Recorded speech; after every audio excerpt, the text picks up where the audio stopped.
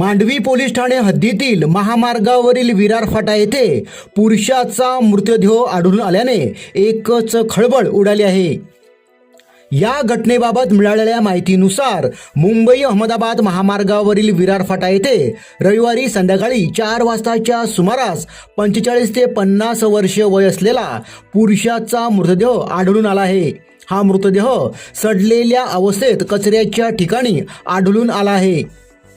या घटनेची माहिती मांडवी पोलिसांना मिळताच पोलिसांनी घटनास्थळी धाव घेत मृतदेह ताब्यात घेतला व मृतदेह शवविच्छेदनासाठी पाठवण्यात आला आहे।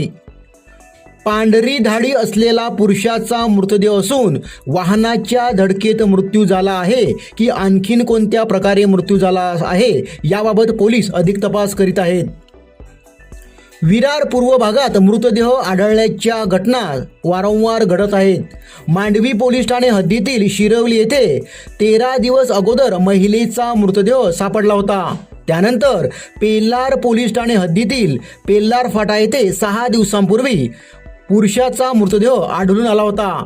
या दोन्ही घटनांचा उलगडा पोलिसांनी तत्परतेने केला असून आरोपींना अटक देखील केली आहे।